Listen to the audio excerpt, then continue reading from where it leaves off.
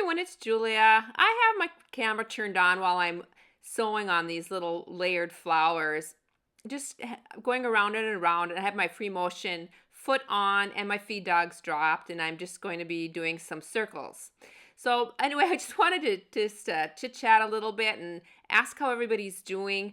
It's what day, I don't even know, 28, 29 of just being home and in the house, and it's getting a little old, I'll have to say. I think the worst part for me is just being in not knowing, not really having a plan and not really knowing what's going to happen.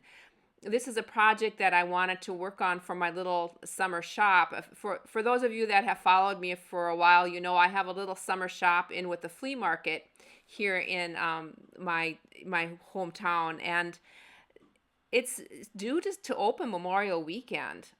I did get an email from the owner, and as of May 1st we can get in and start setting up, and that is something that is we just do totally by ourselves. I have my own little building, and I'll be by myself, so I'll be social distancing, doing all that. But I'm thinking, then what?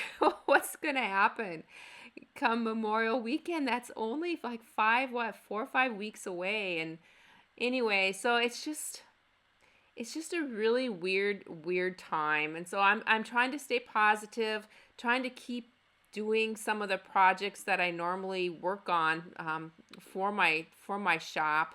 These I'll probably put some of them on Etsy, and then the rest of them I'm planning on selling at the flea market this summer.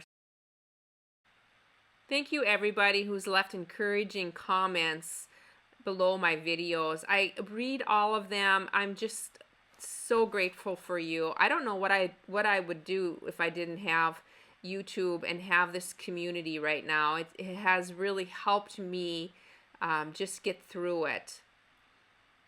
I think our hobbies are so important, and when at times like this, I mean, you really know how much they mean.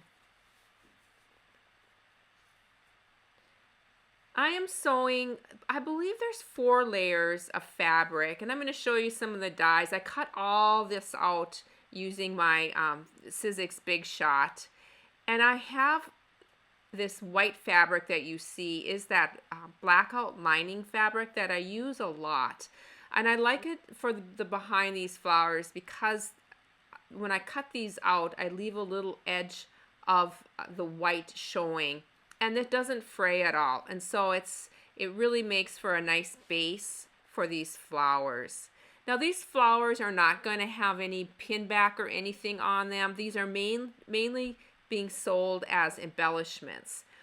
They're great to put on cards, or if you scrapbook, or you can add these because they're fabric. You can add them to headbands or hats or bags or anything, and it's just like a fun little handcrafted homespun look to a project.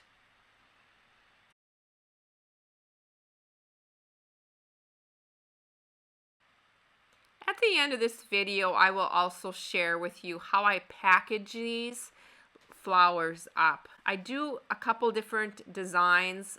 This is just the layered circle or yo-yo flowers, but I do a couple other designs too that you'll see, and also the tags that I make for them. This is a great project or little item for if any of you that do craft shows. It's lightweight, and they look kind of fun in your booth. They just draw attention because they're just colorful, and people ask questions about them.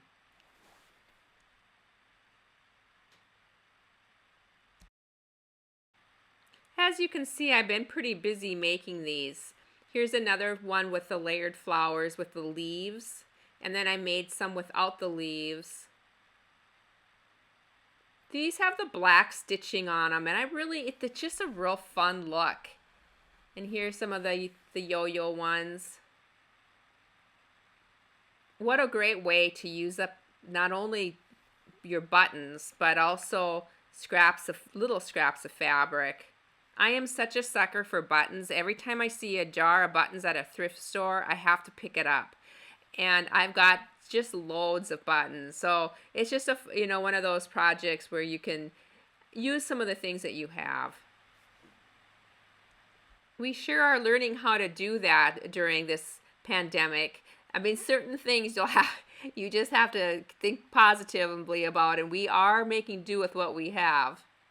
I'm sharing with you some of the dyes that I use for this. This is the leaf dye. It's got, I think, 4 different size leaves on it. And then I used my circle dye. I actually have 2 or 3 different circle dyes, different sizes. And then this is my favorite flower design and dye, and I don't even know if it's still out there, but I use it all the time. I've probably had that for 10 years. For the tag, I am using craft cardstock in the craft color, and I just picked this up at Michael's. I'm using 2 different size tags. This one I can get 3 different tags off of 1 piece of the cardstock. I just tri-fold it there, and then I'm laying it on top of my die. This is a Holtz Alteration die. I'm just grabbing my Big Shot and going to be running it through.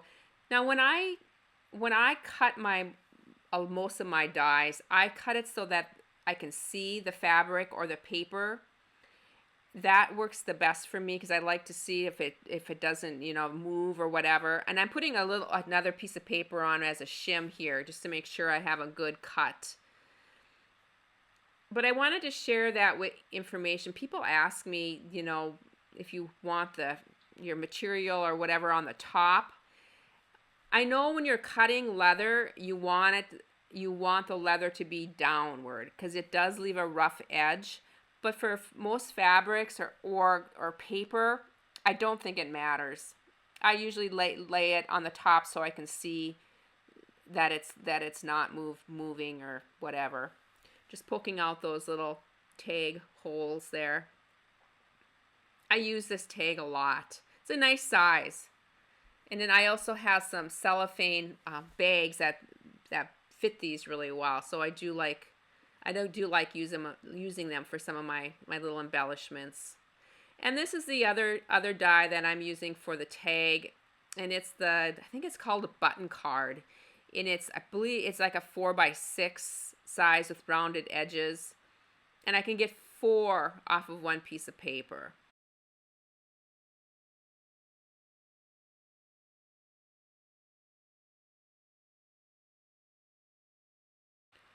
This one is a real simple rectangle with rounded corners. You could certainly cut this easily with just a scissor.